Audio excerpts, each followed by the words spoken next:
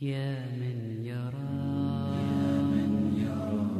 يا من يرى مد البعوض جناحها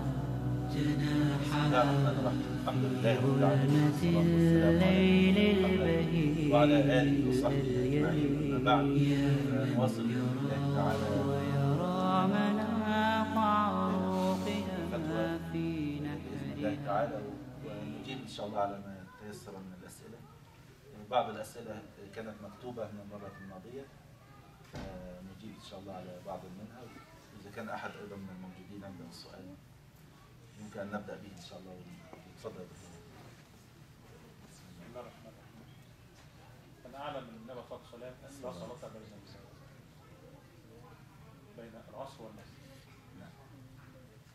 وفي نفس الوقت هناك حديث دخل المسجد لازم يعمل صلاة ركعتين. فأنا يعني العملية دي صلي ركعتين المسجد إذا دخل صلي المغرب. بسم الله الرحمن الرحيم. أخونا الكريم يعني يسأل عن مسألة كيفية التوفيق بين أحاديث النهي عن الصلاة في أوقات معينة وبين مسألة تحية المسجد وقول النبي عليه الصلاة والسلام: إذا دخل أحدكم المسجد فلا يجلس حتى يصلي ركعتين. نعلم أن النبي عليه الصلاة والسلام نهى عن الصلاة في أوقات، فمنها نهى عن الصلاة بعد الفجر حتى تطلع الشمس، ونهى عن الصلاة بعد العصر حتى تغرب الشمس. هذان وقتان طويلان يعني واسعان. وهناك أيضا 3 أوقات ضيقة نهى عنها النبي عليه الصلاة والسلام أيضا، والنهي عنها آكد من النهي عن الوقتين الطويلين دول، اللي هم وقت طلوع الشمس وحتى ترتفع في السماء قيد يعني قيد رمح، يعني في نظر الناظر، يعني كأن زي ارتفاع رمح كده عن سطح الأرض في نظر العين يعني. وبعدين نهى عن الصلاة حين يقوم قائم الظهيرة، اللي هي يعني نستطيع نقول يعني آخر 10 دقائق كده قبل صلاة الظهر أو أقل منه. ونهى عن الصلاة وقت غروب الشمس، يعني نهى عن الصلاة وقت طلوع الشمس ووقت غروبها وحين يقوم قائم الظهر، وبعد الفجر حتى تطلع الشمس، وبعد العصر حتى تغرب الشمس. فهذه أوقات النهي. في نفس الوقت يعني كما سمعنا الحديث، يعني النبي عليه الصلاة والسلام قال: إذا دخل أحدكم المسجد فلا يجلس حتى يصلي ركعتين.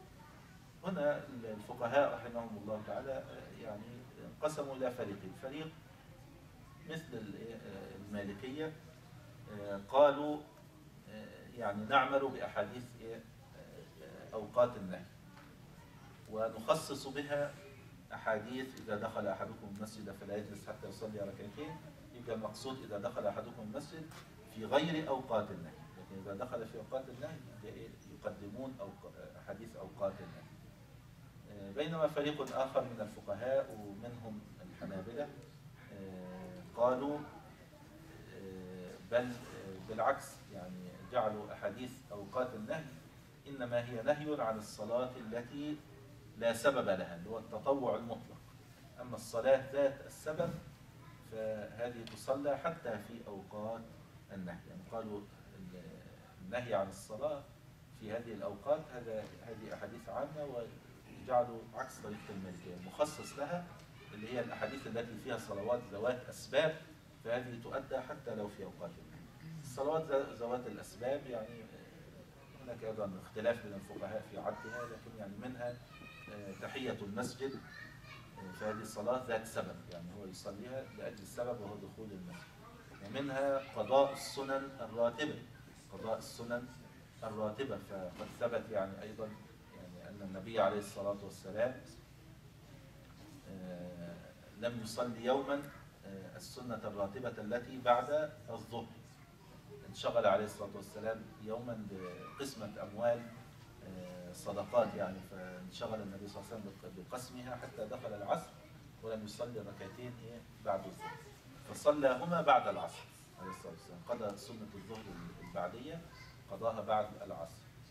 وكذلك وكذلك أيضا أقر النبي عليه الصلاة والسلام رجلا كان لم يصلي سنة الفجر القبلية، فرآه النبي صلى الله عليه وسلم قائما بعد ما سلم من صلاة الفجر، فقام الرجل يصلي ركعتين، فالنبي صلى الله عليه وسلم قال الصبح أربعا، يعني تصلي الصبح أربعا، مش صليت ركعتين ليه؟ كنت تصلي ركعتين أخريين.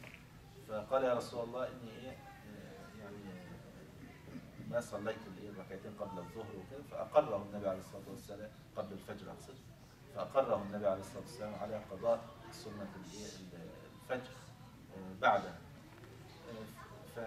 فإذا قضاء السنة الراتبة تقضى في أوقات النهي، يعني هذه من ذوات الأسباب.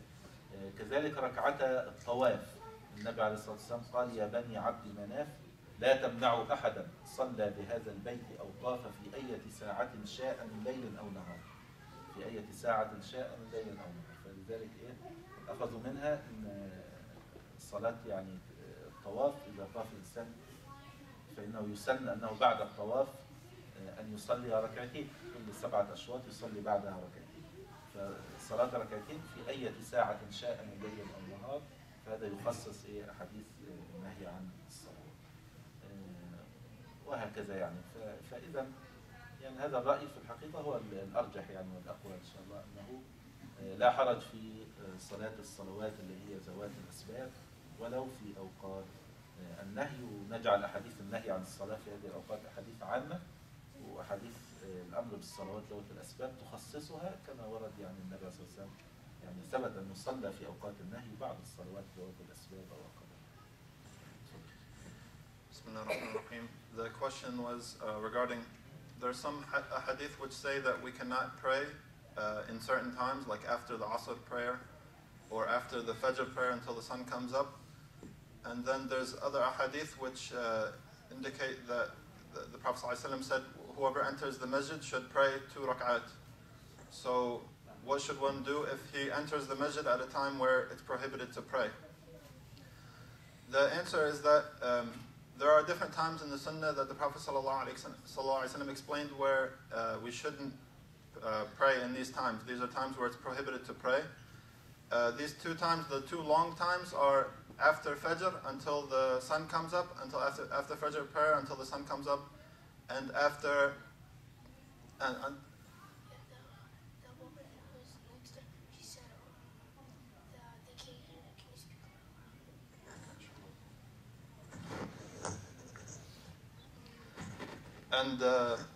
after the Asr prayer until the sun comes up, until the sun goes down. These are the 2 long times where it's prohibited to pray. And then there's 3 shorter times where it's even more prohibited to pray, and these are from when the sun rises until the time of the Fajr prayer, and the Zawal time, which is the 10 minutes or so before Dhuhr, right before the Dhuhr Adhan, and when the sun is setting, the time when the sun is setting. So the scholars had different ways of interpreting, of combining between these 2 ahadith, which one hadith says it's prohibited to pray in these times, and then in another ahadith the Prophet ﷺ said whoever enters the masjid should pray whenever he enters the masjid he should pray 2 rak'at. So the Maliki scholars, they said this means that one should pray except in the times when it's prohibited to pray. This means the hadith of the Prophet ﷺ that whoever enters the masjid should pray 2 rak'at. They said this is only if he doesn't enter the masjid at a time when it's prohibited to pray. If he enters a time when it's prohibited to pray, he should just sit down and not pray. And the Hanabila, the Hanbali scholars, they had a different opinion. They said the opposite, that the more general hadith is the hadith that whoever enters the masjid should pray 2 rak'at, and this takes a stronger ruling than the hadith about the times when it's prohibited to pray. And they said it's only prohibited to pray in these times, such as after Asr prayer or after Fajr prayer. Only prayer that doesn't have any certain reason. Like if you just want to make sunnah prayer for no reason, then it's prohibited to do this in the times when it's prohibited to pray, after Fajr and after Maghrib, after Asr. But if the prayer has a certain cause, if a prayer has a certain reason, then it's not prohibited to pray this prayer in the time, even when it's prohibited to pray. And this is the stronger opinion, and that is because the Prophet ﷺ, he prayed at certain times when it was at these times when he prohibited to pray, such as after the Fajr prayer and after the Asr prayer. One example of that is making up sunnah prayers. Making up sunnah prayers, the Prophet ﷺ allowed this to happen even in these times, such as one time the Prophet ﷺ missed the time of Dhuhr, the sunnah of Dhuhr. He was not able to pray it because he was busy distributing some sadaqah that he received. So he made up this sunnah of Dhuhr after the Asr prayer. So it's normally forbidden to pray after Asr, but if it's a prayer for a reason, you're allowed to do it. So the Prophet ﷺ made up the sunnah of Dhuhr after the Asr prayer. Also another time, a man prayed after the Fajr prayer. He prayed 2 rak'at. So the Prophet ﷺ, when he saw that this man prayed 2 rak'at after Fajr, he asked the man, is Fajr 4 rak'at? Is Fajr 4 rak'at? He was asking why this man had prayed 2 rak'at after Fajr. So the man explained that I missed the sunnah before Fajr, so I'm making it up now. So the Prophet ﷺ accepted what he said and he allowed the man to do that. So this shows that the Prophet ﷺ accepted what he did to make up a prayer in a time when it's prohibited to pray it. Also the Prophet ﷺ told Bani Abd Manaf, he told them, allow anybody who, after they make tawaf, do not stop anyone after making tawaf to pray 2 rak'at in any time of the day or night. So a person, when he finishes making tawaf in Umrah or other than Umrah also, he should pray 2 rak'at. So the Prophet ﷺ told them, don't prohibit anybody from praying after making tawaf, regardless of the time, whether it's during the day or night. So this shows that it's prohibited to pray in these times of when it's prohibited, such as after Fajr and after Asr prayer. But if the prayer has a reason, such as entering the masjid to pray Tahiyyat al-Masjid, or to make up a sunnah prayer that you missed, or to pray the 2 rak'at of tawaf, all of these are reasons why you could pray in a time even if it's prohibited. And also anybody is welcome to ask questions. Aside from the written questions, anybody is welcome to raise their hand to ask a question. ممكن ناخذ بعض الأسئلة المكتوبة هنا. هنا السؤال يعني هل يجوز للممرضة المسلمة أن تعالج الرجال؟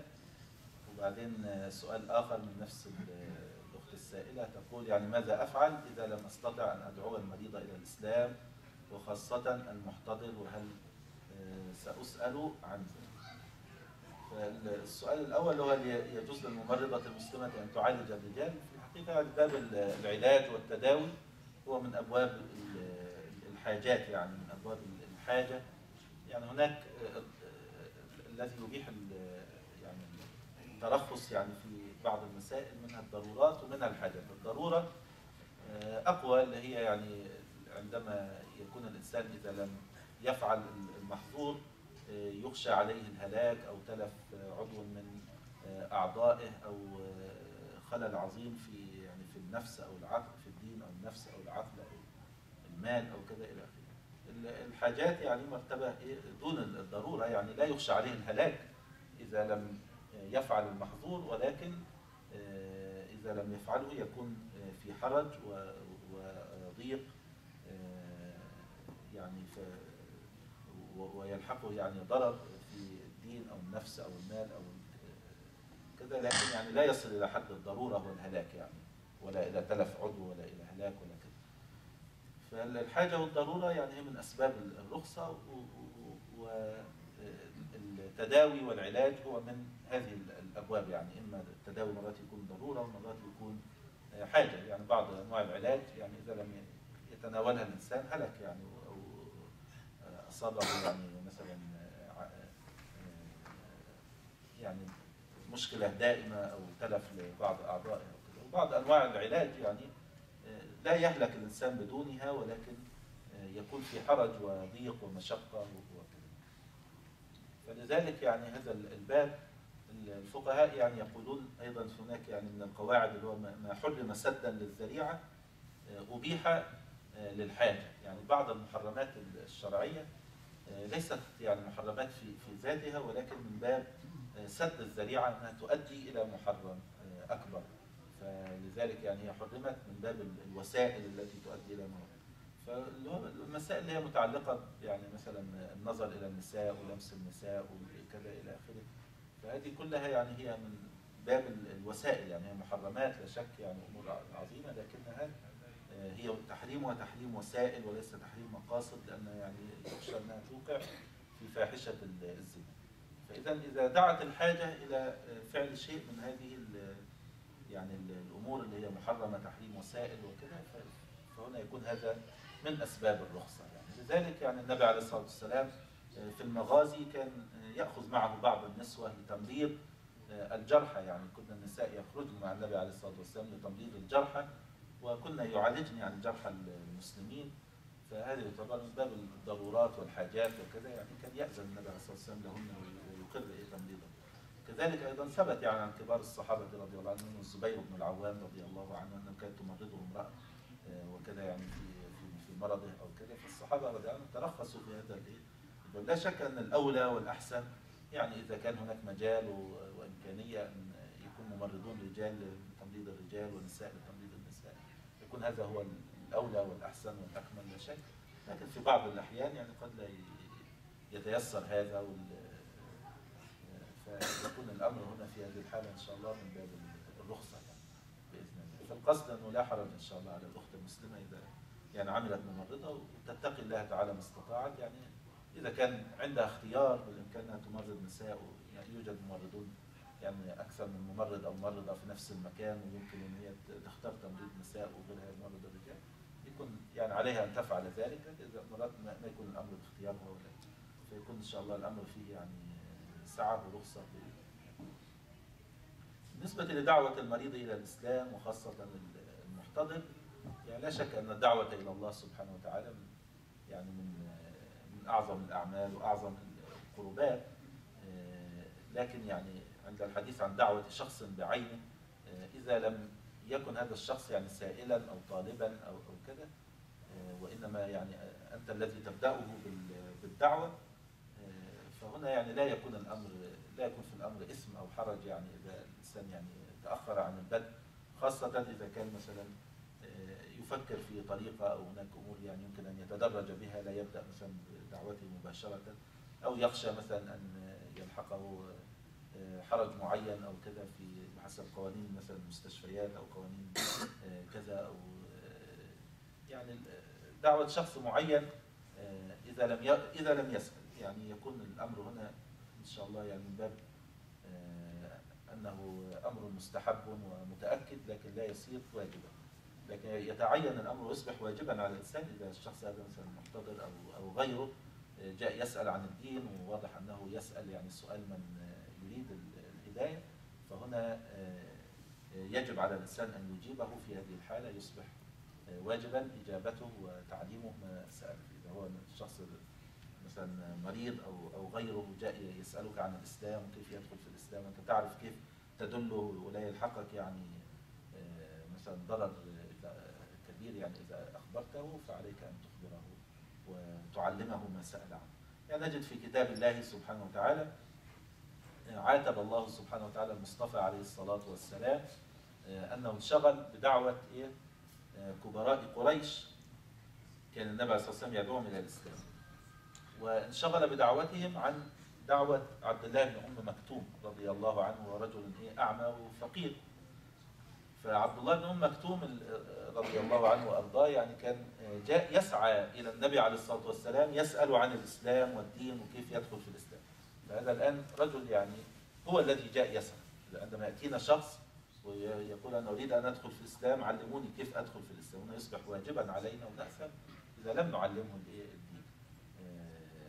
إلا يعني إذا كان مثلا الإنسان سيتعرض للقتل ولا يتعرض مثلا كذا إذا لم يعلمه، لكن الأصل هنا أنه يجب تعليم من جاء يسألنا عن الدين وظاهر يعني صدقه في طلب التعلم وكذا. لكن مثلا نحن أننا نسعى وراء من لم يأتي إلينا يسألنا، يعني نذهب إليه ندعوه، فهذا درجته يعني أخف من درجة الأول. فلهذا يعني قال الله سبحانه وتعالى لنبيه الكريم عليه الصلاة والسلام يعني إيه وأما من جاءك يسعى وهو يخشى فأنت عنه تلهى. في قبلها قال إيه؟ أما من استغنى قال إيه؟ فأنت له تصدق وما عليك ألا يزكى وأما من جاءك يسعى وهو يخشى فأنت عنه تلهى. يبقى الأول اللي هو من استغنى فأنت له تصدى وما عليك ألا يزكى، يعني لست محاسبا إذا لم يتزكى، هذا الذي استغنى هو. لكن طبعا لا شك أن الدعوة إلى الله يعني في نوفق بين النصوص، يعني عندنا نصوص أخرى ومن أحسن قولا ممن دعا إلى الله وعمل صالح كنتم خير أمة أخرجت للناس تأمرون بالمعروف وتنهون عن المنكر.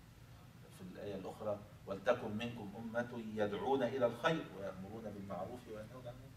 فإذا هذا الذي استغنى أيضا علينا أن ندعوه، لكن كما قال سبحانه وما عليك ألا يزكى، يعني لست يعني لا يجب عليك أنك تسعى وراءهم هؤلاء الذين استغنوا، لكن وأما من جاءك يسعى وهو يخشى فأنت عنه تلهى. لكن هذه مشكلة كبيرة، اللي هو الذي يجيئنا ويسألنا فإذا تلهينا عنه ولم نجبه فهنا يكون الإنسان معرضا للحرج. يعني فالقصد أنه بالنسبة لمسألة المحتضر أو المريض فيكون فيها هذا التفصيل، يعني إذا كان هذا الشخص يعني من استغنى ولا سأل عن الدين ولا واحد فيكون يعني دعوته من باب المستحب، يعني وإن شاء الله تكسب فيه ثوابا وأجرا إذا دعته للإسلام. لكن إذا كان هذا المحتضر يسأل عن الدين ويريد يعني واضح أنه يبحث عن الحق ويبحث عن الهداية وجاء يسأل فهنا لابد من إجابته.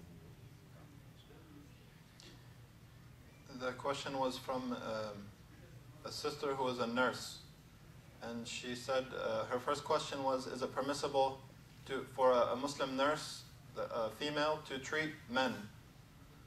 So the answer is that there are certain things that are, if they are necessity or need, then it's permissible to do them, and if it's not a necessity or need, then there is no permission that can be given for them to be done. Something that's a necessity would be that something would lead to a person either dying or being severely injured or losing a large amount of wealth or something like this. And needs would be something that it doesn't reach this level, it's something below it, but still a person would be put in harm or put in difficulty if this is not done. So in one of these cases, if there is a need or a necessity for the female nurse to treat men, then this could be from this situation that permission could be given if there's a need for that. And certain things are forbidden not just because in and of itself, but also because of what it leads to. So we have to remember that it's forbidden for men and women to mix with each other or to look at each other or to touch or anything like that. All of this is so that it doesn't lead to what is more haram, which is fornication. So as for a woman treating a man, this is allowed only in the case of necessity. If there is a certain necessity that this woman has to treat a man and she doesn't have an option in this, or there's no man to treat there's no man to treat the sick man and only a Muslim woman, so this could be permission could be given in this case. And we know that from the stories of the companions that the Prophet ﷺ used to bring some women along in the battles to treat the wounded Sahaba. The ones who are wounded in the battle, the Prophet ﷺ would allow the women to treat them in battle. Also, some of the Sahaba, it was known that they had a woman treat them while they were sick. So the Sahaba allowed this, but this was in the case of necessity. If there was no one to treat the men except for women, there was some women available that could treat the men and could help them and help them in treating them, then this would be permissible. But this case was during the time of necessity. So يعني مثل أيضا في البيع والشهادة والتعليم والخطبة وكذا، يعني عدة مواضع يعني الفقهاء سمحوا فيها مثلا بالنظر أو بالكلام أو كذا، يعني لوجود مصلحة راجحة وحاجة يعني أولى، يعني مع الإنسان طبعا يتقي الله ما استطاع، وإذا في بديل يعني يمكن أن يؤدي الغرض يلجأ إليه أولا، إذا لم يوجد ودعت الحاجة فيكون هناك في بعض الرخص في مثل هذه المواضيع. Also, there's some other situations where it's permissible for a man to speak to a woman and to look to a woman and the opposite, but always people have to fear Allah in these situations. If they're allowed to look at a woman or a woman is allowed to look at a man in these times of necessity, people still have to fear Allah and to remember Allah and not to let their desires take over them. Such as when giving testimony, it would be necessary to look at a woman, to speak to her. Also, when proposing to a woman for marriage, you would have to look at her face and to speak to her. In these kinds of situations, it would be considered as a necessity. So, it's permissible to speak to a woman, to look at a woman, or for the opposite, for a woman to look at a man or to speak to him, in a case of necessity or in a case of need where it would lead to difficulty if this wasn't done. But if she has another option, if this female nurse has another option where she can only treat female patients, or if there's a male nurse who can treat the male patients, then this is what is better and that is what should be done in this case. If there's another option that a man can do it, then this should be done. The second question of the sister who's a nurse, she said if a person is sick, or especially if he's close to death, then do I have to call him to Islam? Do I have to give him da'wah? And will I be asked by Allah subhanahu wa ta'ala, or will I have a sin upon me if I don't call this person to Islam, even though he's sick or even he might be dying? So the answer is that it's mustahab to always give da'wah to people. It's something that's good and you will get reward for always giving da'wah to people. But there's two different situations. The first situation would be if the person asked you about Islam and asked you a question about Islam or asked you to teach him about Islam. And the second situation would be if a person didn't ask you anything and you just want to give them da'wah. So these two situations are handled differently. If the person doesn't ask about Islam and doesn't ask you to teach him anything, but you just want to give them da'wah, then this is something that would be mustahab. It would be something good and you would have virtue and reward for it if you give this person da'wah. But if, for example, if part of your job is that you shouldn't talk to patients about that, or if it's some of the rules at the hospital that you're not supposed to involve religion in your matters, then this would be something that could lead to a problem in your job or something like that. Then you could do something outside of your job, but you could avoid it at the time. But something which is wajib and it's obligatory upon everybody is if a person asks you specifically about Islam or asks you to teach him about Islam. If a person asks you, then it's wajib upon you, it's obligatory upon you to teach that person and you don't have any choice. You have to teach this person about Islam. If they ask you and you're not allowed to tell them, no, I can't teach you or anything like that. And an example of this is in Surah Abasa, Allah subhanahu wa ta'ala told the Prophet ﷺ that he had to teach Abdullah ibn Maktum when he came to the Prophet ﷺ, and he was the blind man that came to the Prophet ﷺ to ask him about Islam. The Prophet ﷺ, or Allah subhanahu wa ta'ala told the Prophet ﷺ basically that he had to teach him. He has to answer his question and he shouldn't have turned away from him sallallahu alaihi wasallam when he came running to ask the Prophet ﷺ about some of the matters of Islam. And the Prophet ﷺ at the time when he turned away from this blind man, Abdullah ibn Maktum, he was teaching some of the leaders of Quraysh, or he was calling some of the leaders of Quraysh towards Islam. But they didn't want to hear from the Prophet ﷺ, and they never asked the Prophet ﷺ to give them da'wah. So Allah subhanahu wa ta'ala is telling the Prophet ﷺ in Surah Abasa that you are teaching the people or calling the people who didn't ask you, and as for the person who came to you and he wants to learn about Islam, then you turned away from him. So this is a lesson to the Prophet ﷺ and also to us that if somebody doesn't ask you about Islam, then this is something good to give them da'wah. Like Allah says in the Quran, who is better in speech than the one who calls to Allah and says that I am a Muslim. So there's no one better than a person who goes around giving da'wah to people. But this is something that's mustahab. It's just something good and virtuous. As for a person like this blind man who came to the Prophet ﷺ, or anyone else who comes to ask about Islam, or ask about becoming Muslim and you think that this person is serious, then you have to answer this person and you have to take time to teach that person. And if you don't, then you will receive sin in this case. If a person asks you about Islam and you don't teach him.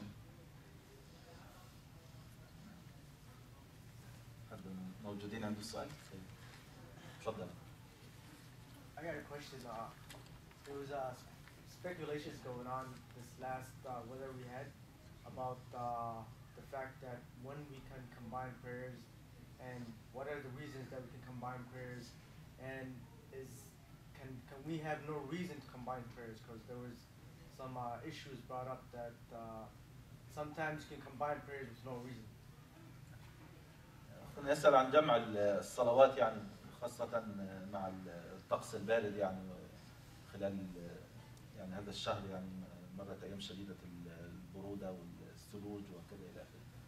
فالجواب يعني أن ثبت يعني في سنة النبي عليه الصلاة والسلام الجمع بين الصلاتين للمطر وللريح الباردة الشديدة.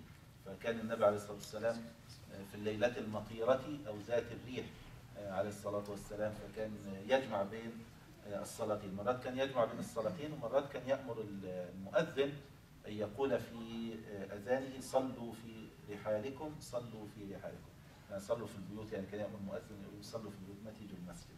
فكان بعد أذان قالوا يعني بعد حي على الصلاة حي على الفلاح يقول صلوا في رحالكم صلوا في رحالكم. فكانت لا تقام الصلاة في مسجده الشريف عليه الصلاة والسلام، يصلون في البيوت. وهذا يعني الفقهاء يقولون هنا هذا إيه إذا كان يعني مثلا حصل في وقت الصلاة الثانية والناس كانوا في البيوت فيقول لهم صلوا في رحالكم. أما إذا حصل الريح والبرد الشديد وكان في وقت الصلاة الأولى فكان يجمع الإيه الصلاتين جمع تقديم حتى لا يحوجهم إلى الرجوع مرة أخرى يعني. فالقصد إذا كان يعني هناك ريح شديدة أو باردة أو يعني أو مطر، أي مطر يبل الثياب يعني أي مطر يبل الثياب فهذا من مسوغات يعني الجمع بين الصلاتين لأجل المطر. وهذا موجود في المذاهب الثلاثة اللي هي المالكي والشافعي والحنبلي. بس الإمام أبو حنيفة رحمه الله هو اللي شدد يعني في هذا الباب.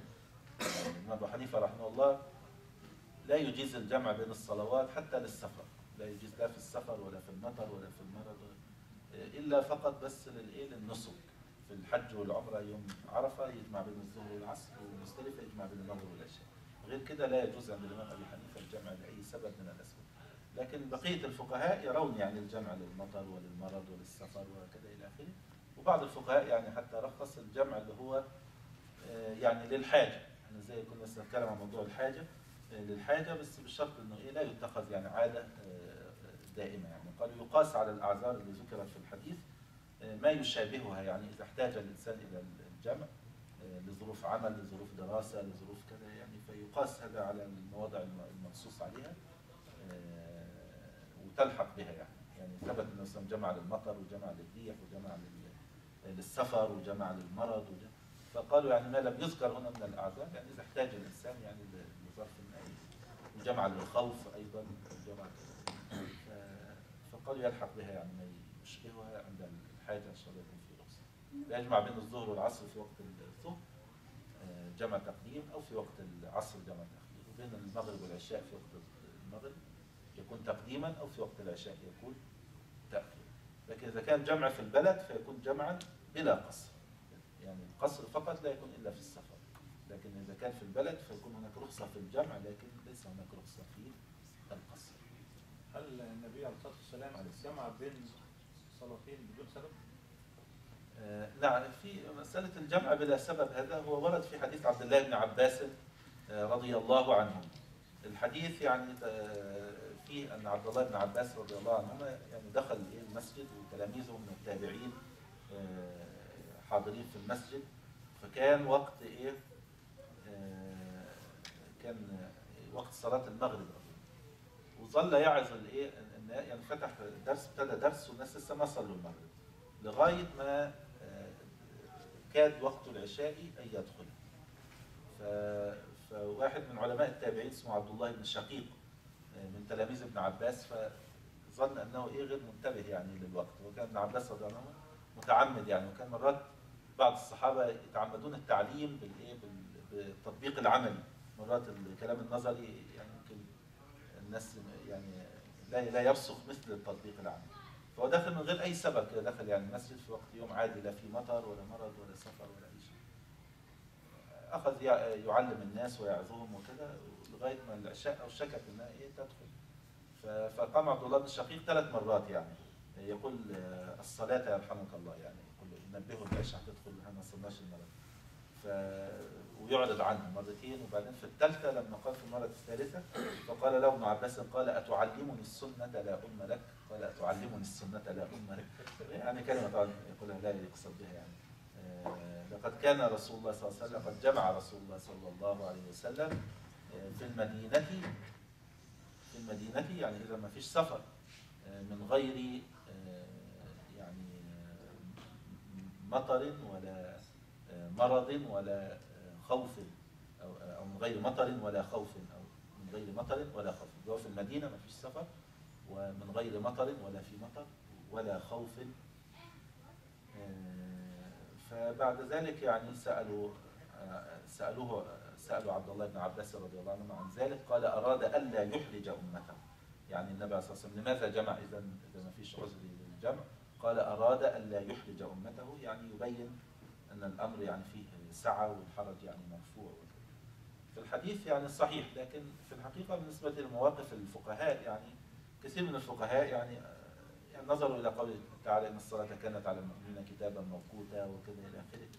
فبعض الفقهاء مثلا جاءوا إلى هذا الحديث وقالوا هو قال في المدينة من غير سفر ولا يعني المدينة من غير سفر ولا مطر ولا خوف. قالوا اللي باقي من الأعذار؟ فقالوا باقي المرض، فقالوا لعله لمرض.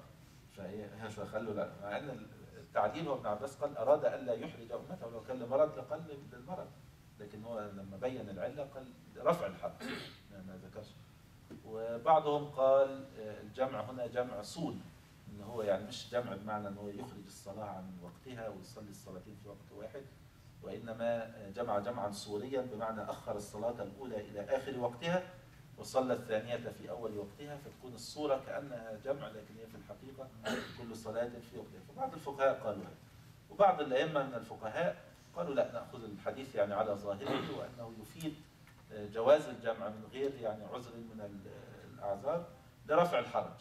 يعني إذا الإنسان كان يعني في وضع يعني يشق عليه أداء الصلاتين في وقتيهما، فحتى لو لم يكن في عذر من الأعذار المنصوصة يلحق به لرفع الحرج، بس لا يتخذ ذلك يعني عادة راتبة.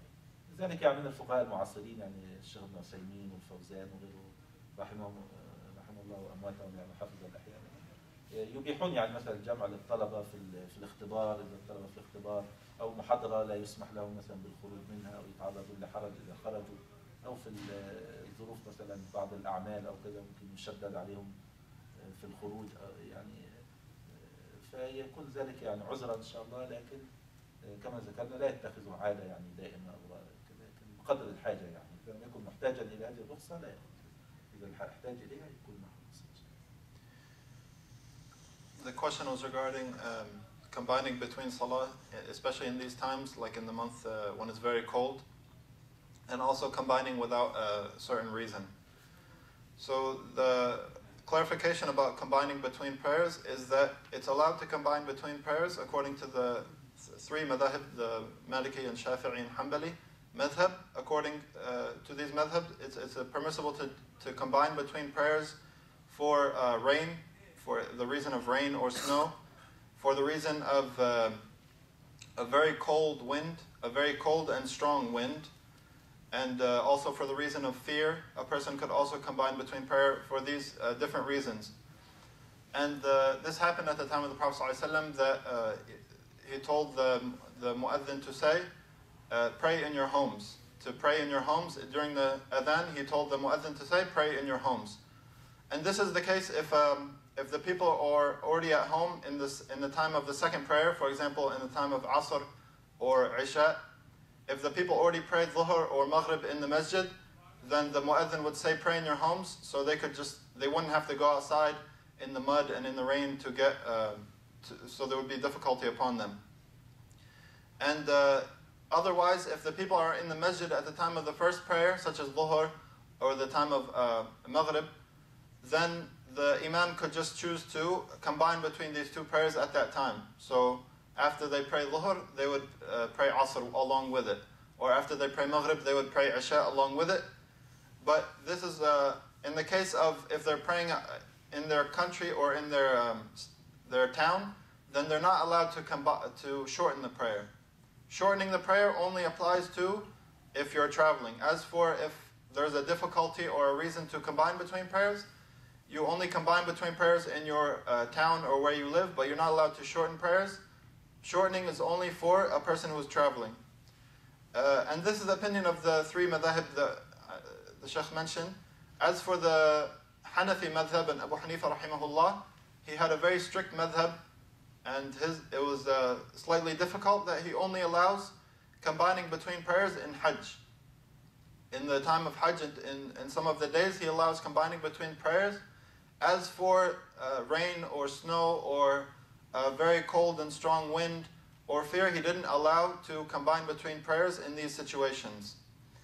So this is the majority opinion, is that it's allowed to combine between prayers for these reasons, because of the rain which makes your clothes wet, not just like a rain which doesn't affect you, a rain which would wet your clothes if you were go out in this rain, or a very strong and cold wind. And this is also, along with it, it's been narrated that it's allowed to combine between prayers for a certain reason, such as for a difficulty, if a person has a very hard time to pray the prayer in its time, one of the prayers that can be combined, then it's allowed for him to do this for a reason. And the basis of this is the hadith of Abdullah bin Abbas, rahimahullah, radiyallahu anhu, he said that Abdullah bin Abbas was one day, he was teaching the tabi'een, those after the companions, he was teaching them after the Maghrib prayer. And he was teaching them after the adhan of Maghrib.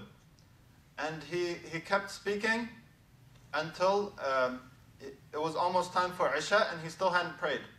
So he kept teaching the students of his, who were the scholars of the tabi'een, he kept teaching them after the adhan Maghrib without praying until almost the time of Isha.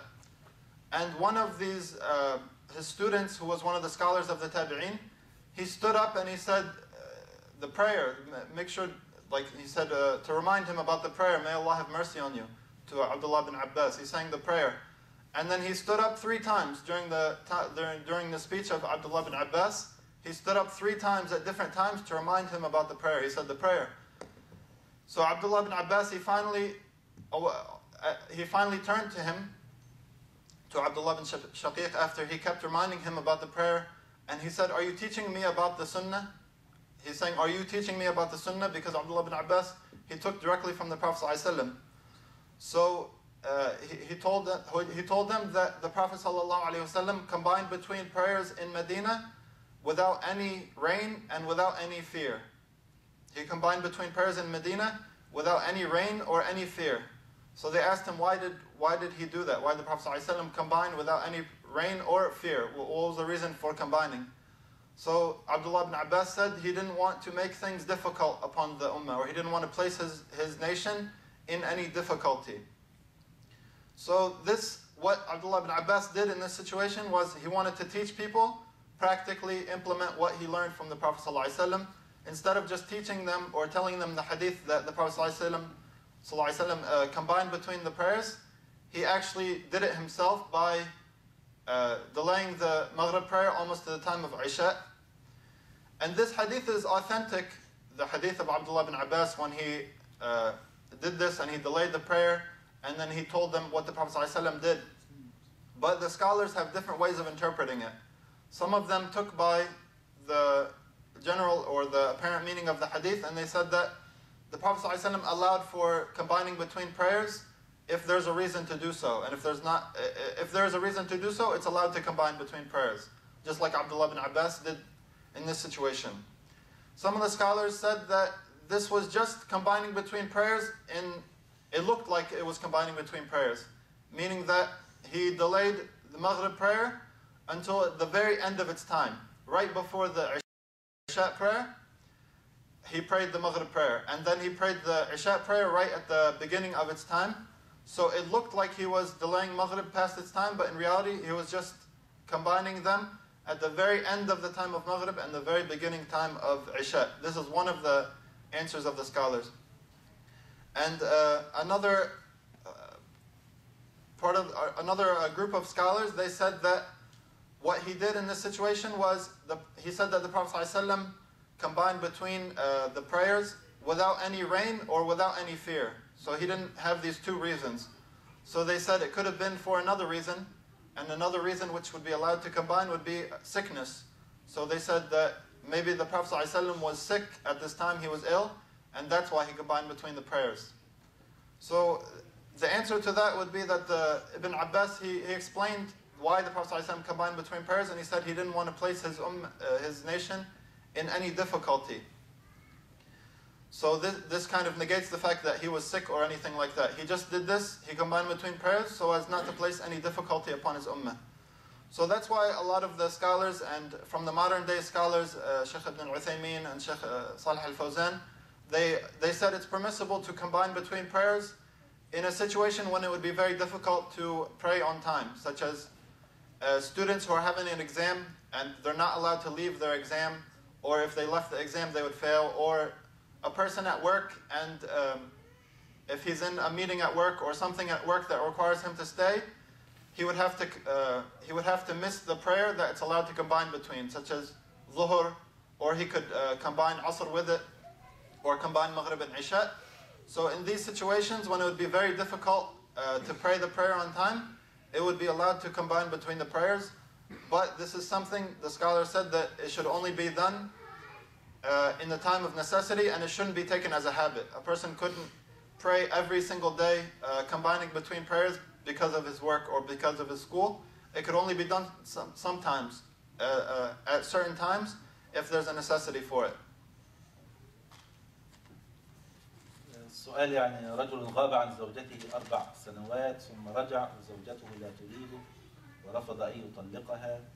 يعني مثل هذه الحالات يعني يستحسن أنها تكون سؤال يعني عن حالة، كل حالة يعني على حدة لاستيضاح يعني الأمور المتعلقة بها، لكن يعني الجواب بصفة عامة يعني إنه طبعا يحتاج يعني إلى معرفة سبب الغياب وما مدى يعني الضرر الذي لاحق بالمرأة بسبب غيابه، وهل كان بعلمها أو بدون علمها أو كذا.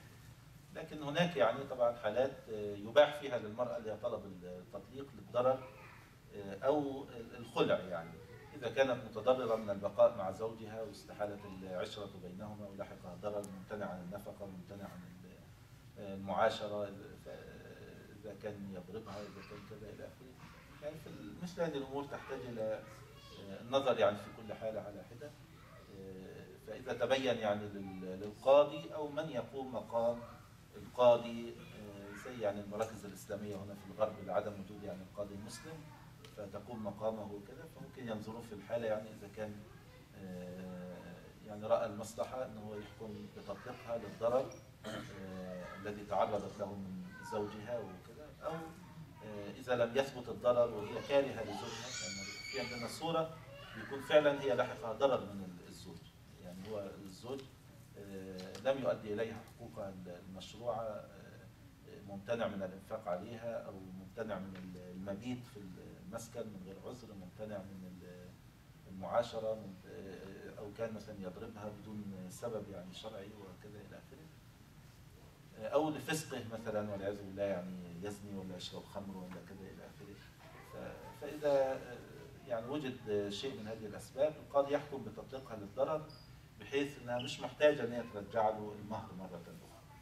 لكن هناك حالات أخرى لا يظهر فيها ضرر من الزوج، يعني ومرات المرأة يعني إذا سئلت هل هو ينفق عليها، هل هو كذا، يعني لا تستطيع أن تتهمه بضرر ألحقه بها، ولكن هي كارهة له ولا ترغب في الرجوع إليه، يعني في مثل هذه الحالة أنه غاب 4 سنوات، قد تكون مثلا الحالة أن الرجل غاب لعذر مثلا وبإذنها أو بعلمها أو كذا، ومثلا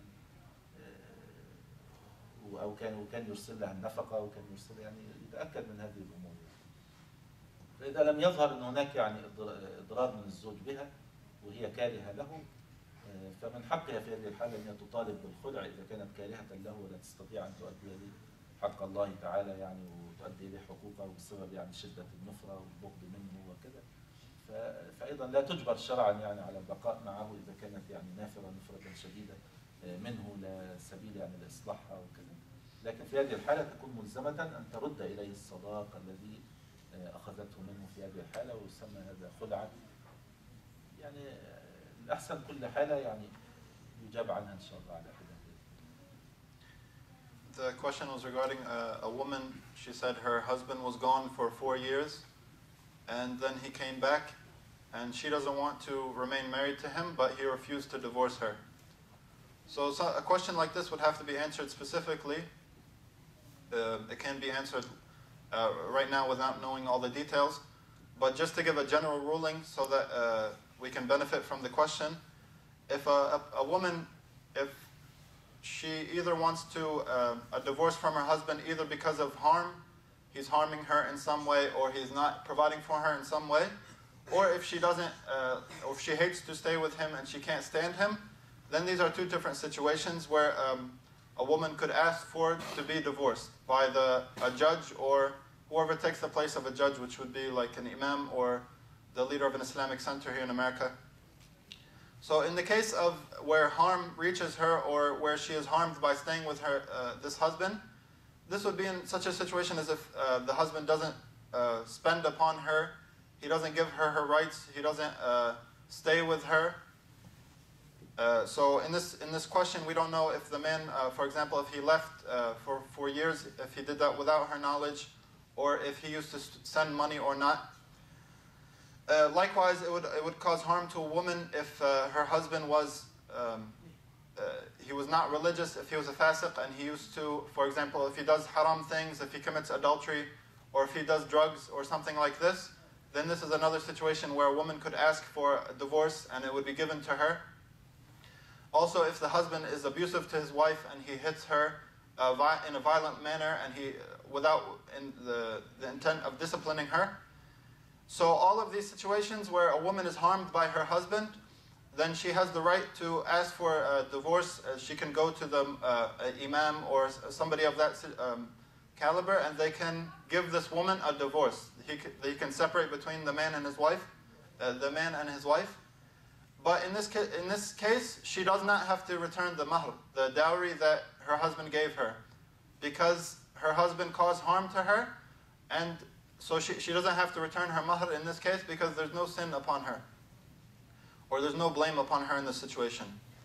And then another situation where a woman could ask for a divorce and the judge or the imam could separate between the woman and her husband is if there's no harm caused by the husband. If the husband is a good man, or if he's spending upon his wife and he gives his wife his rights and he stays with her and he gives her all the rights that she needs, but the wife hates him. She hates her husband and she can't stand to stay with him. If there's no way to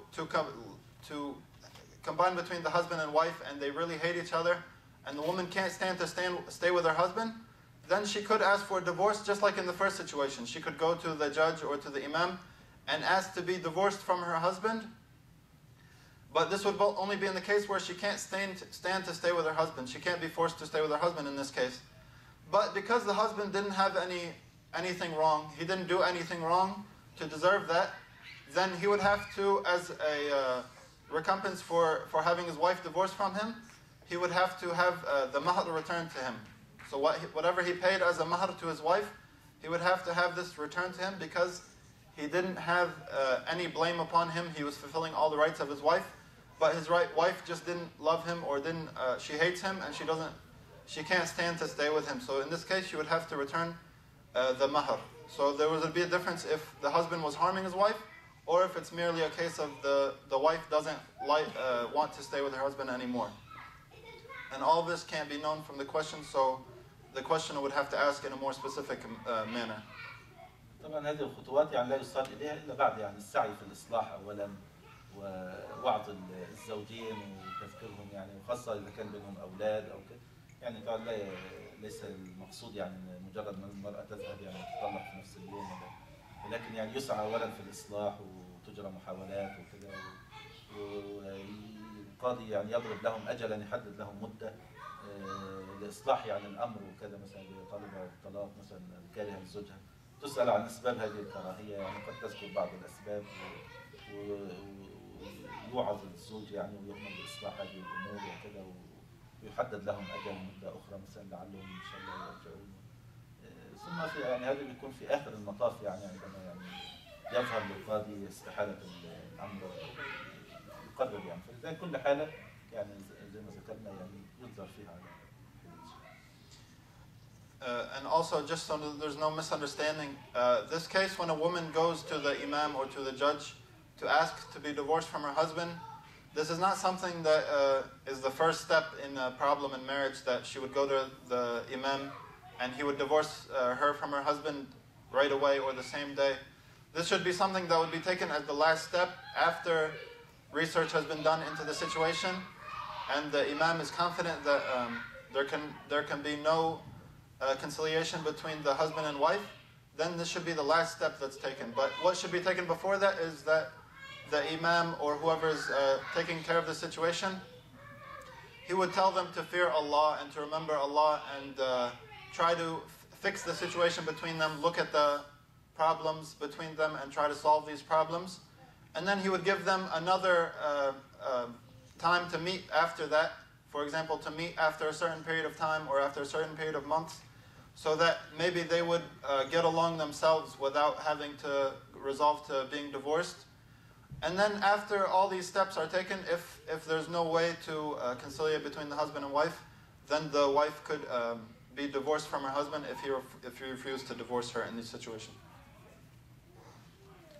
في سؤال عن الدية بس. في سؤال عن الدية بس صاحب السؤال مش موجود.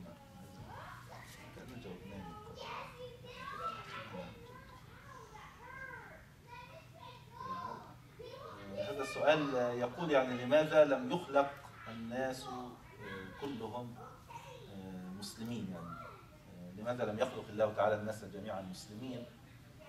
فطبعا اولا يعني اي شيء يتعلق يعني بافعال الله سبحانه وتعالى وتقديره وحكمته في خلقه فكما قال سبحانه وتعالى لا يسأل عما يفعل وهم يسألون. الله سبحانه وتعالى قال ولو شاء ربك لجعل الناس أمة واحدة يعني لجعلهم جميعا مسلمين لكنه سبحانه وتعالى أخبر أنه يهدي من يشاء ويضل من يشاء سبحانه وتعالى.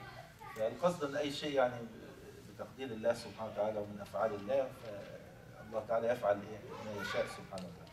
لكن هذا لا يمنع أن العلماء يعني حاولوا استجلاء يعني بعض الحكم يعني في تقدير الله سبحانه وتعالى وحسن تدبيره سبحانه وتعالى فقالوا يعني من ضمن هذه الحكم التي يعني ذكرت لأن الله سبحانه وتعالى هو الحكيم يعني لا يفعل شيئا إلا لحكمة لكن ليس بالضرورة أن نعلم هذه الحكمة يعني الإشكال هنا مرات لا يستطيع الإنسان أن يعلم الحكمة يعني في بعض أفعال الله سبحانه وتعالى لكن المؤمن يقطع ويجزم أن الله تعالى ما فعل هذا الشيء إلا لحكمة يعني وأنه يعني يترتب عليه الخير والمصلحة لكن قد تظهر هذه للعبد وقد تكون يعني شيء فوق قدرة العبد يعني على إدراكه ومعرفته. بالنسبة للمسألة يعني أن الله سبحانه وتعالى ماذا أوجد الله تعالى الكفر والكفار والضالين فالجواب يعني ذكر العلماء من الحكم في هذا أن الله سبحانه وتعالى يعني خلق الخلق لعبادته قال وما خلقت الجن والإنس إلا ليعبدون. هذا من تمام يعني حق الله سبحانه وتعالى أن الله سبحانه وتعالى يعني حقه أن يعبد سبحانه وتعالى وخلق الخلق لعبادته. ثم العبادات منها أصناف من العبادات لا توجد إلا في وجود الكفر وأهله بل يعني نجد أكبر العبادات وأعظمها يعني تحتاج إلى وجود الكفر وأهله مثل مثلا عبادة الجهاد في سبيل الله يعني لو لم يوجد كفار ذروة سنام الإسلام الجهاد في سبيل الله، إذا معناه ما فيش جهاد، مع أن عبادة الجهاد هذه أراد الله سبحانه وتعالى أن يعبد بعبادة الجهاد التي فيها بذل النفس لله سبحانه وتعالى والتضحية بالنفس في سبيل الله، وأراد الله تعالى أن يتخذ من المؤمنين شهداء ويرفع قدرهم. فلو لم يوجد كفار يقاتلون المسلمين ويقتلون المسلمين وكذا، معناه لا توجد عبادة الجهاد. عبادة الدعوة إلى الله تعالى وتعليم العلم النافع، هذه أيضا يعني أعظم شيء. الدعوة إلى الله تشمل دعوة الكافر إلى الإسلام أو دعوة داخل المسلمين، يعني لتفقيههم بدينهم ودعوتهم إلى الاستقامة على الحق والخير. فالدعوة إلى الإسلام لا توجد إلا في وجود من يدعى إلى الإسلام من الكفار وكذا، فيثيب الله سبحانه وتعالى هؤلاء الداعين ويرفع قدرهم وأجرهم وكذا إلى آخره. عبادة الصبر على أذى المشركين وكذا إلى آخره. هذا أمر. الأمر الآخر يعني قلنا أن الله سبحانه وتعالى أراد أن يعبد بعبادات لا توجد إلا في وجود يعني الشر وأهله. فهذه يعني من أبرز الحكم يعني والمعاني، والله سبحانه وتعالى أراد منها أن يثيب المؤمنين ويرفع قدرهم. ثم كذلك مثلا عبادة التوبة إلى الله سبحانه وتعالى وكذا. كذلك أيضا من الحكم قالوا إن الله تعالى أراد أن يظهر يعني بعض آثار صفاته سبحانه وتعالى. يعني الله سبحانه وتعالى قبل الله سبحانه وتعالى يعني هو الخالق وهو الهادي وهو المضل وهو ذو البأس الشديد وكذا. فأراد الله سبحانه وتعالى أن يظهر بعض آثار هذه الصفات. يعني الله سبحانه وتعالى قال إيه؟ إنا من المجرمين منتقمون إن بطش ربك لشديد. فأراد الله سبحانه وتعالى أن يظهر أثر هذه الصفة في إيجاد من يفعل أفعالا تجعله يعني أهلا لأن يبطش الله تعالى به وينتقم الله تعالى منه بهذه الأفعال التي فعلها. يظهر آثار أنه الهادي سبحانه وتعالى، فيكون هناك من هو ضال ويهديه الله سبحانه وتعالى إلى الحق. يظهر يعني أثر أنه سبحانه وتعالى الرحيم بالمؤمنين الذين يوفقهم إلى التوبة ويرحمهم ويتوب عليهم يقبل توبتهم إلى غير ذلك يعني من الأمور التي أرادها الله سبحانه وتعالى. فالقصد أن الله تعالى له حكمة يعني في مقاديره، وهو سبحانه وتعالى يعني يفعل ما يشاء ولا يسأل عما يفعل سبحانه. The question was regarding why. The question is, why didn't Allah create everybody as a Muslim? Why didn't Allah create everybody as a Muslim and not create anybody as a kafir or not believing in Allah? The first and most important answer to this question is that Allah has a reason for everything and a wisdom for everything that He does. And as He says in the Quran, Allah is not asked about what He does, but they are asked. Everybody else is going to be asked about what they did. But Allah is not asked about anything that He does or anything that He did. We don't have the right to ask Allah subhanahu wa ta'ala about why He does things. And Allah mentioned in the Quran in different ayat that Allah, if He wanted to, He would have guided all of the people. He mentioned in the Quran that if He wanted to, He would have guided everyone. And also He mentioned that subhanahu wa ta'ala that He guides whoever He wishes and He misguides whoever He wishes. This is something that is up to Allah. And this doesn't mean that we don't have the right, or the ulama didn't speak about some of the wisdoms behind why Allah subhanahu wa ta'ala didn't create all of the people as Muslims. We just don't have the right to ask Allah as if we're accusing Him or we're criticizing Him subhanahu wa ta'ala. But it's okay for the ulama to speak about some of the wisdoms behind why Allah didn't create all of the people as believers and as Muslims. And one of the great reasons why Allah subhanahu wa ta'ala, and one of the wisdoms that the scholars derived why Allah subhanahu wa ta'ala didn't create all of the people as believers, is that if some people were not kuffar, then there would be, firstly Allah subhanahu wa ta'ala created everybody to worship Him. Allah created everybody, and the whole purpose of creation is to worship Him. And some of the acts of worship, there's no way they could be done without kuffar, without disbelievers. It wouldn't be possible without a disbeliever. Such as, for example, to fighting in the path of Allah. This wouldn't be something that's possible if there was no kuffar. If everybody was a believer, there would be no such thing as fighting in the path of Allah. And the believers, for example, they wouldn't be tested if they would really perform jihad in the path of Allah or not. There would be no martyrs for the sake of Allah, because there would be no such thing as fighting in the path of Allah. And the Prophet ﷺ said that it's the highest, one of the highest acts of worship. It's one of the highest acts of Islam is to perform jihad. So if there was no kuffar, then there would be no such thing as jihad. It wouldn't exist. Also, to give da'wah, there would be no such thing as giving da'wah if there was no disbelievers.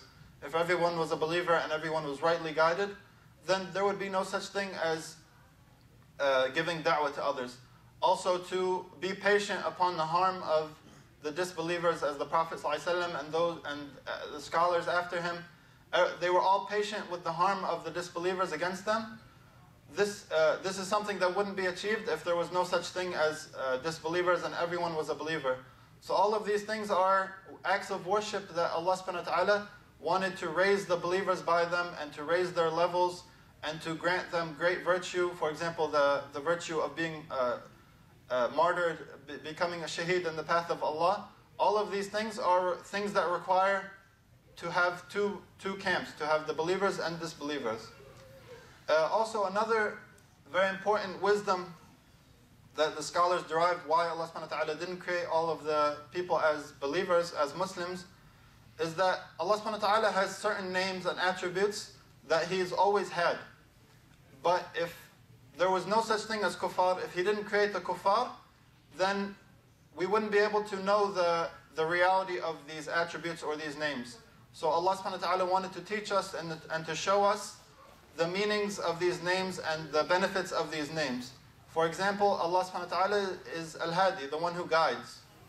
So if nobody was misguided, then we wouldn't understand the correct meaning of Allah is the one that guides, because there would be no misguidance. Allah subhanahu wa ta'ala is the one who guides, but we wouldn't know what that truly means. So Allah wanted to show us what is the meaning of this name and attribute.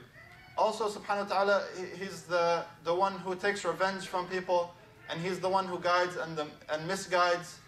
So if Allah wasn't the one, for example, that He punishes and the one that He takes revenge for the believers, and all of these attributes that Allah has, we wouldn't understand these attributes and we wouldn't know what they truly mean if Allah didn't show us what they mean by creating the kuffar. So the kuffar are the ones that, for example, Allah guides. And the kuffar that refuse to believe in Islam and they're very stubborn, they are the ones that Allah subhanahu wa ta'ala will punish them, and He will take revenge from them. So all of these attributes of Allah subhanahu wa ta'ala, to really understand these attributes, Allah subhanahu wa ta'ala taught us by showing that there's two camps of people. There's believers and there's disbelievers. And we wouldn't really truly know the meaning of these attributes and names if it wasn't for the fact that Allah subhanahu wa ta'ala created the disbelievers. هنا السؤال إن شاء الله باقي سؤالين آخر ورقتين، بس ورقة فيها سؤالين.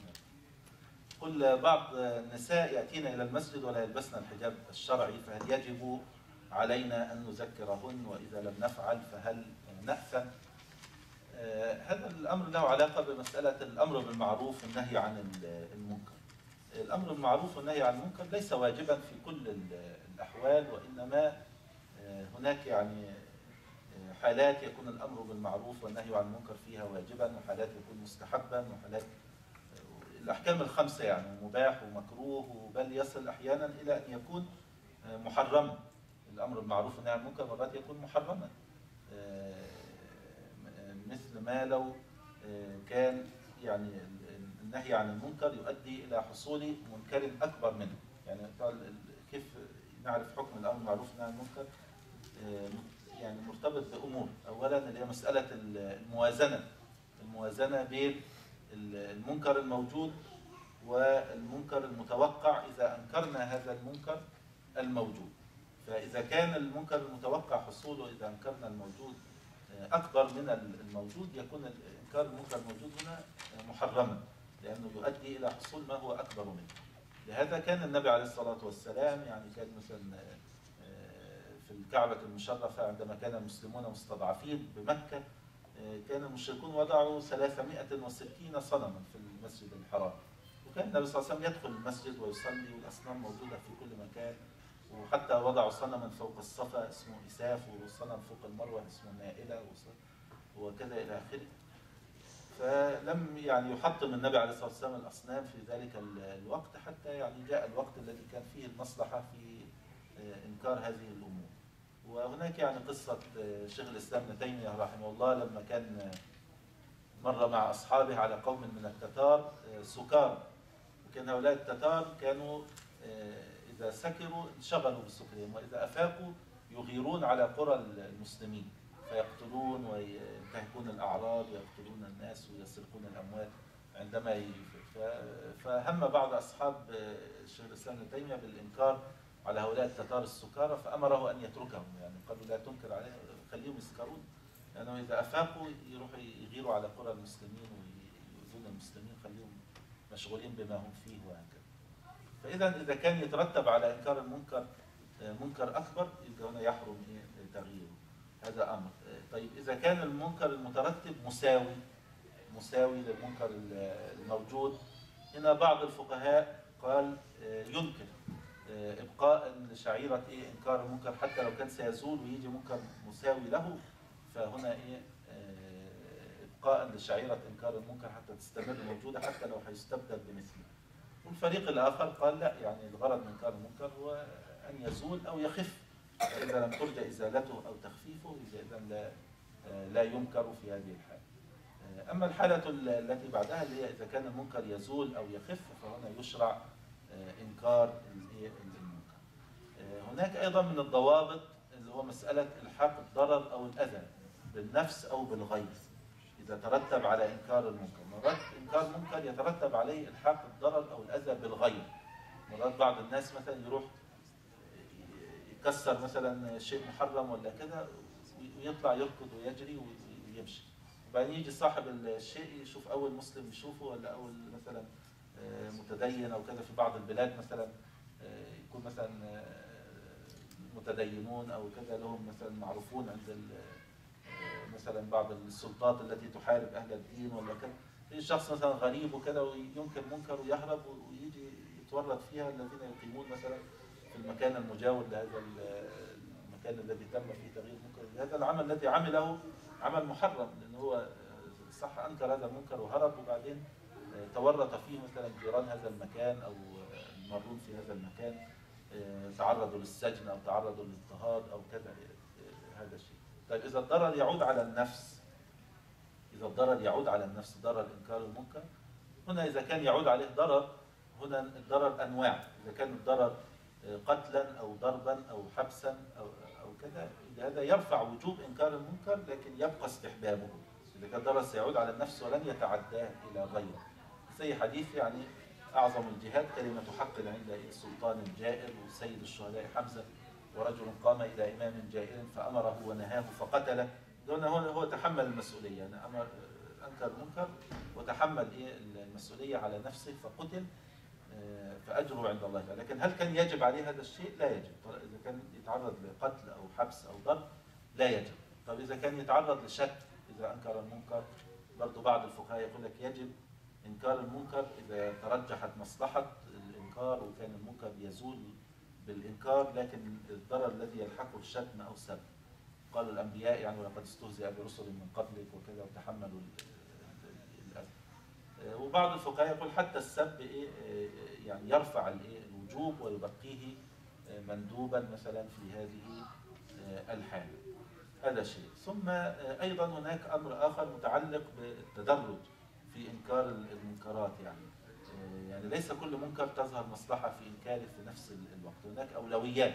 فبالنسبة لمسألة المرأة مثلا اللي هي غير محجبة، يعني في الحقيقة يعني مرات يحصل أحيانا بعض النساء تكون لسه داخلة جديد إلى المسجد تسأل عن الإسلام، مرات تكون غير مسلمة، أو مثلا بنات مسلمات مثلا في سن المراهقة وكذا، وكنا بعيدات عن المسجد، وأسرهم يعني تعبت مثلا على ما تحاول تجيبهم إلى المسجد أو كذا، وقد يعني يكون في الوقت الحاضر يعني ليس من الحكمة إن أول ما يدخلوا المسجد نشدد عليهم في أمر الحجاب، وهم لسه يعني يمكن أول مرة يصلون وأول مرة كده، خاصة أوضاع المسلمين هنا في الغرب وكذا.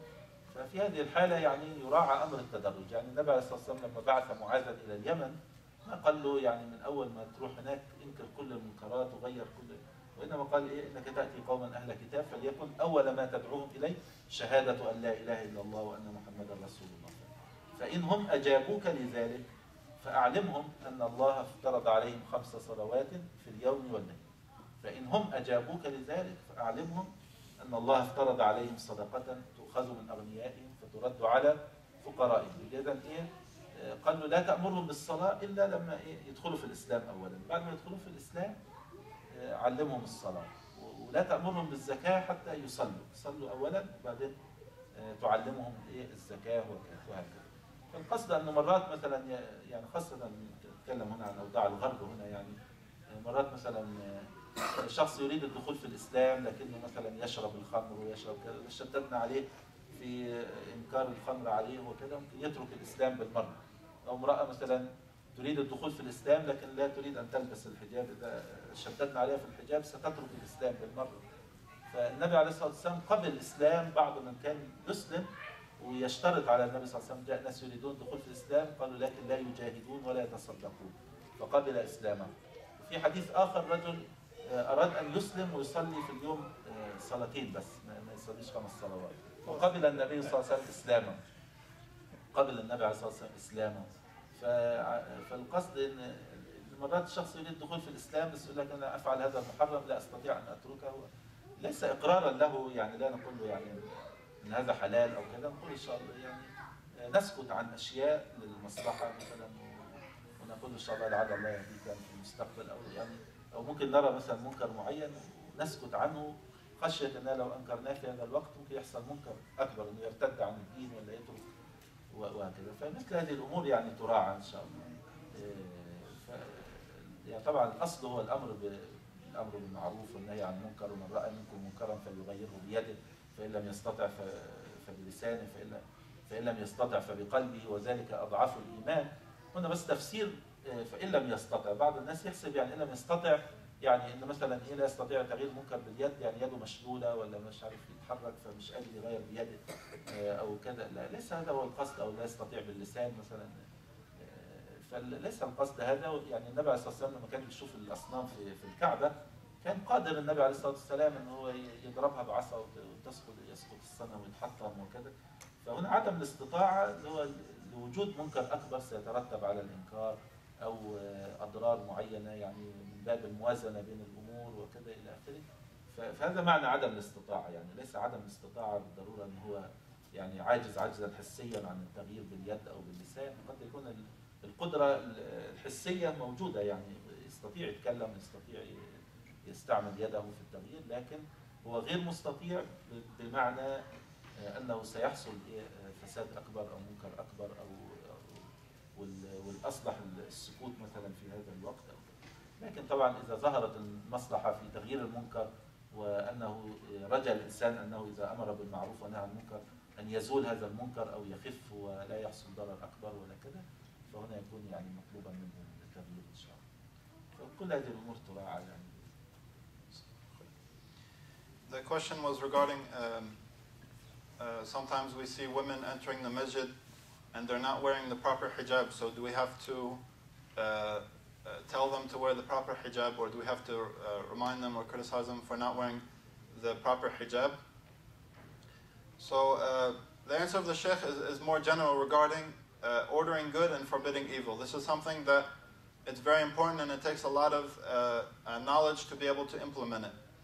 So ordering good and forbidding evil, forbidding people from something evil that they're doing, this could take on the different 5 rulings of Islam. It could be either haram, or it could be something mustahab, good, that's good to do, or it could just be something permissible, or it could be makruh, or it could be haram, it could be forbidden.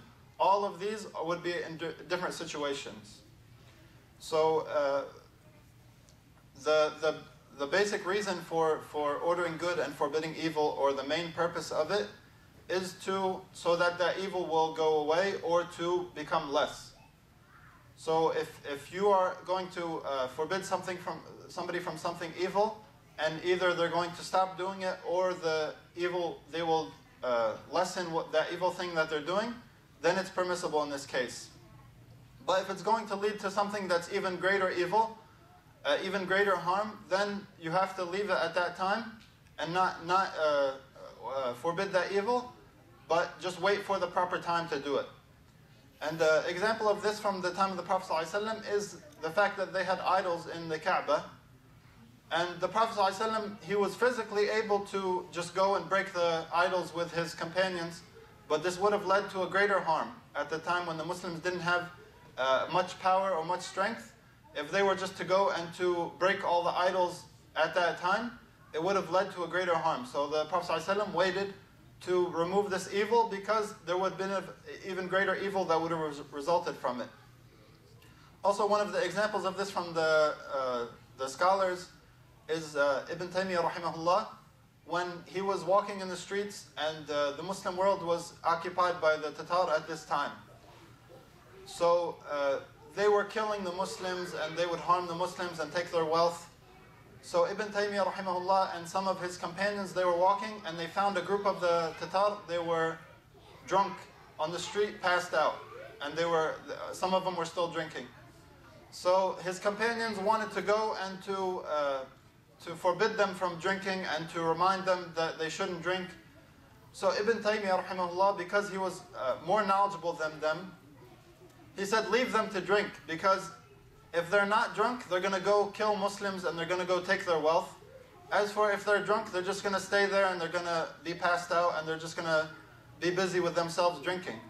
So he allowed them to leave this evil, which is drinking alcohol, so that it wouldn't lead to a greater evil. If they were to forbid them from drinking alcohol, then they would have gone and do what they're doing when they're occupying the Muslim land, which is to kill Muslims and to harm the Muslims. So if forbidding an evil is going to lead to something that's even worse, then it's something that shouldn't be done. You should leave it at that time and correct it at a later time when it's possible to do so. Also, if it's equal, if you forbidding this evil is going to lead to something, another evil equal to it. For example, you would remove this evil, this bad thing, but something equally bad would come in its place, but not worse than it. So the scholars also had two different opinions in this case. They said, yes, you should forbid this evil, so that we don't lose, as Muslims, we don't lose the fact that we're supposed to forbid people from evil. And then other scholars said there would be no reason to forbid from evil if it's just going to lead to something equal to it. As for if it's something that'll make it lessen or to make it go away entirely, then yes, you should. Also, another reason, or another thing we have to keep in consideration when forbidding people from something haram or something evil is it going to harm you or is it going to harm others? One example of something harming others is, for example, if you were to go to, if somebody was a stranger to a town and he went and broke or vandalized a place that sells alcohol, like a liquor store, if he went and vandalized it and broke all the alcohol and stuff like that. So this wouldn't harm him personally. He could just get away. He could go break all this haram thing and then leave. He could escape. But then once the people found out about what happened and that they spilled all the alcohol, or for example, they would go and accuse the nearest Muslims, the Muslims that are around them, or the Muslims who are known to be religious. They would just go and accuse them of performing this deed, and then they would complain about them to the police, and some of them might get arrested and whatnot. So even though you yourself, you erase or you remove something evil by either breaking it or whatnot, and you can escape, but it will cause harm to others. So in this case, it would be haram for you to remove this evil, and it would cause harm to other Muslims besides you. Also, if removing this evil would cause harm to yourself personally, if you yourself, for example, you would be imprisoned, or you would be killed, or you would be beaten if you were to remove this evil. So there's certain laws that apply to to protect these haram things. If you were to go and to break them or to remove this evil with your hand, then you would be, for example, imprisoned. So in this case, you don't have to do it. We don't have to go and remove an evil that would cause a person to be imprisoned or to be beaten or to be killed in these three situations. And the scholars differed regarding if a person would be cursed, for example, or if he would be harmed by language, by speech, if he was to remove this evil, if the people would curse at him and whatnot. So the scholars had two different opinions. Some of them said, if you're just going to be cursed or cursed at or spoken harshly to, if you remove this evil, then this is not a reason that you shouldn't do it. Because this is the example of the prophets, alayhimus salam. The prophets, if they ever remove something evil, they were always harmed by their people in their speech. They would always speak badly to them, and they would speak harshly to them, and they would curse them. And this is not a big enough reason for a person not to forbid from evil. And then other scholars said, no, even if you're going to be cursed, for example, then this is also a reason why you shouldn't forbid this evil at that time. So anytime in generally, and regarding this, the question in particular, if you forbidding this evil is going to lead to something worse, then you have to take that into consideration and always think about what you're doing and have knowledge of the situation. For example, if you see like in the question, if some sisters are coming to the masjid and they're not wearing proper hijab. So we don't know the situation of these sisters. For example, this could be the first time they came to the masjid. Or they could be, a friend could have just brought them to the masjid to give them da'wah. Or for example, they've been away from Islam for a long time, and then they just decided, let me go to the masjid, and they wanted to kind of think about Islam more and to maybe repent. So the first thing when they come to the masjid, somebody criticizes them for not wearing hijab. Or somebody speaks badly to them for not wearing hijab. This would be a very bad first impression for this person who is maybe new to the masjid. It would be a cause for them to leave coming to the masjid. They don't want to come to the masjid because they're afraid of being criticized. Likewise, somebody could be a new Muslim. If this person was criticized for something that they're doing that's haram, they might consider leaving Islam because they're not ready to be criticized yet. Their iman is not strong enough yet. And from the hadith of the Prophet ﷺ, we learn that when he sent Mu'adh ibn Jabal anhu to Yemen, he told him, you're going to a people who are Ahl al-Kitab, who are people of the book. So the first thing you call them to is to believe in Allah and to the shahada that there's nobody worthy to be worshipped but Allah. So if they accept that, then tell them to pray. And if they accept that, then take from their wealth the zakah. But he didn't, sallallahu alayhi wasallam, tell him to remove all the evils right away that they were doing.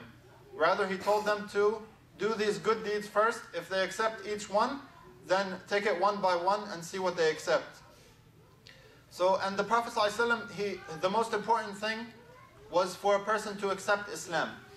It's better for a person to accept Islam, but he's doing something haram, than for him not to accept Islam at all. That's why the Prophet ﷺ, he accepted for some people to become Muslim, even though they made a condition, or they stipulated that they wouldn't do some of the acts of Islam. For example, some of them, they told the Prophet ﷺ, we want to become Muslim, but without jihad and without giving sadaqah. We don't want to fight and we don't want to give charity, the zakah. We don't want to do either of these things. So the Prophet ﷺ accepted from them to become Muslim without these two things.